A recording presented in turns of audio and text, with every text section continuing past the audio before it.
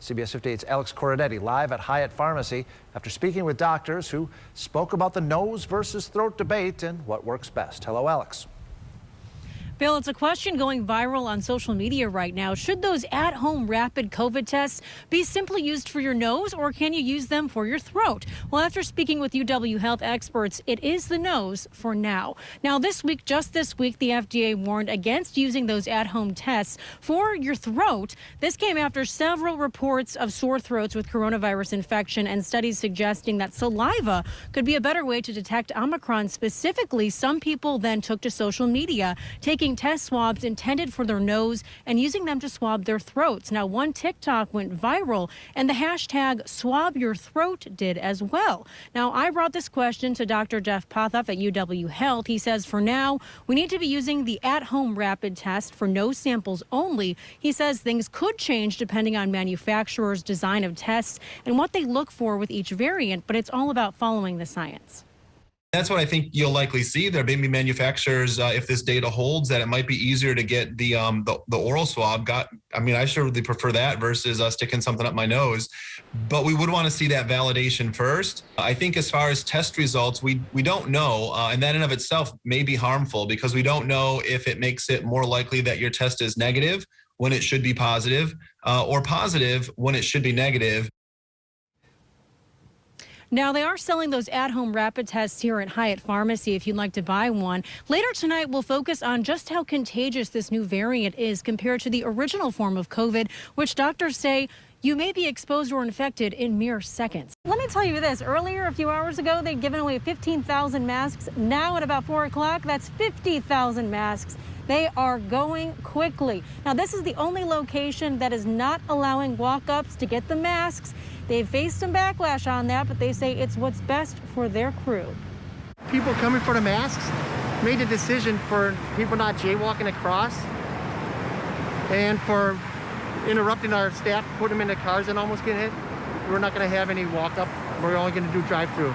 Jay went on to say the other locations at Menominee Valley and Southside Health Center have the capability to provide walk-up services. Some people we spoke with say they woke up early this morning to secure their own bag of masks.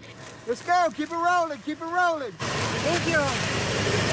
Each car would get one pack of 20 N95 masks. We caught up with a woman who went to get her own supply on her lunch break. She says she's grateful the city is acting to protect the community with quality masks. The cloth masks, aren't the best. The surgical masks are better, but the N95 mask is really the most protective, especially against the Omicron strain. Now, this location will continue to provide masks until 6 o'clock tonight or until they're gone. A good thing about this location, though, I did see this myself. A gentleman actually was going to get a vaccine because if you get a vaccine, a booster, or a COVID test, you get a bag of the masks. So if you're interested in doing that, come on down to Northwest Health Center. That's right. Some testing centers like Hyatt Pharmacy are simply overwhelmed with the amount of tests that they need to process this week. They say that people are getting beyond frustrated with the waiting time for their results. The Milwaukee Health Department says this week the city experienced both the highest number of tests and the highest test positivity rates throughout the entire pandemic to date. Doctors at Hyatt Pharmacy say they're currently testing about 1,000 to 1,500 people a day. We scaled up significantly on the number of people working, on the number of hours we're open, and trying to do the best we can in order to offer this service for the community. A community filled with frustrated folks just like Nicole Hansen, who's been waiting for her test results from Hyatt since Monday. Around 9 p.m. I had a reservation and I waited in line for over 2 hours to get that test, so about 11 got the test done. Hansen called to find out her results on Thursday, but says staff informed her the lab was overwhelmed. There are over 3,000 tests behind with the lab and that they have no results, that I could come there for a rapid test and they would charge me at a cost of 50% off. Discounts Dr. Hashim Zaybak hope will appeal to those in panic mode. He says it's been a hectic week as staff at the lab they use to process results are also facing a labor shortage. It's like the rest of us, many of them can get COVID. So they've had some COVID cases, and that's delaying the whole process and making a lot of patients frustrated. A frustration impacting so many in Milwaukee. The health department says the percentage of positive COVID-19 tests increased to 38.5%. Doctors say although it can be difficult to wait for results, it's the right thing to do. Don't assume that you're negative, or don't be frustrated and say, you know what, it's not my fault. I'm just going to go back to my normal life, because you could be that person who's the super spreader. The City of Milwaukee Health Department says about 61.1% of adults 16 and older are now fully vaccinated, and they also say at the Hyatt Pharmacy they're selling at-home testing kits for people to buy. Reporting outside Hyatt Pharmacy, Alex Corradetti, CBS 58 News. The owner of Well You Were Out Pet Sitting in Bayview says it's been a hectic week, but her staff is dedicated to helping people during an extremely difficult time in the world. She wants to remind people her business is a resource they can depend on. Inclement weather and COVID-19 delayed thousands of flights this week, preventing people from getting home as planned. Brooks Carter went to Ireland with his wife and tested positive for COVID just before they were set to return to Milwaukee. We found out 3 hours before our flight was supposed to take off. The couple would spend the next 8 days in isolation, and as the holidays approached, they grew concerned about their pets, knowing the dog sitter they had would only be available for a short time. She had plans the day after Christmas, and at that point, we weren't even sure when we were going to be leaving. They started calling friends, but had no luck. Eventually, Carter had to rely on his mother-in-law, who traveled in from New Jersey. She flew from Newark into Milwaukee, and that was by the grace of God that she was able to get here, because there's been so many flight cancellations. Cancellations Tiffany Weber at Well You Were Out Pet Sitting Services in Bayview prepare for. She says it's been a hectic week. We've been working pretty much round the clock. I did a 43 straight hour shift without a break. Weber is committed to helping clients facing traveling delays or emergencies with no extra charge. Most people are shocked at it because they're in panic mode, and my job is to make sure you don't get to panic. A lot of them, when this all started, sending us checks to keep our doors open even though they didn't need services.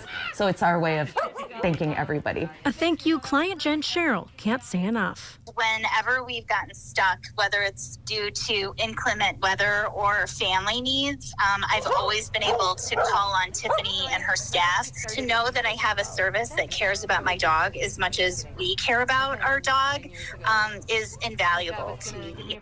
Weber has a staff of 18 people, and her daycare facility usually holds about 25 to 30 dogs. She says the best thing pet owners can do is provide a pet sitting service, a job of any kind, even if it's just to take your dog for a walk. Reporting in the newsroom, Alex Corradetti, CBS 58 News. Doctors at UW Health say that the Omicron variant is so contagious, you can actually catch it in mere seconds, compared to the original form of COVID, which would take at least 15 minutes of contact. When the pandemic began, the CDC said COVID exposure was considered as 15 minutes or more, less than 6 feet away from someone infected with the virus. Health experts at UW Health say Omicron doesn't follow that rule. If it was under 15 minutes, you were unlikely to get infected. And I think that message hasn't necessarily been updated as we've had more contagious variants.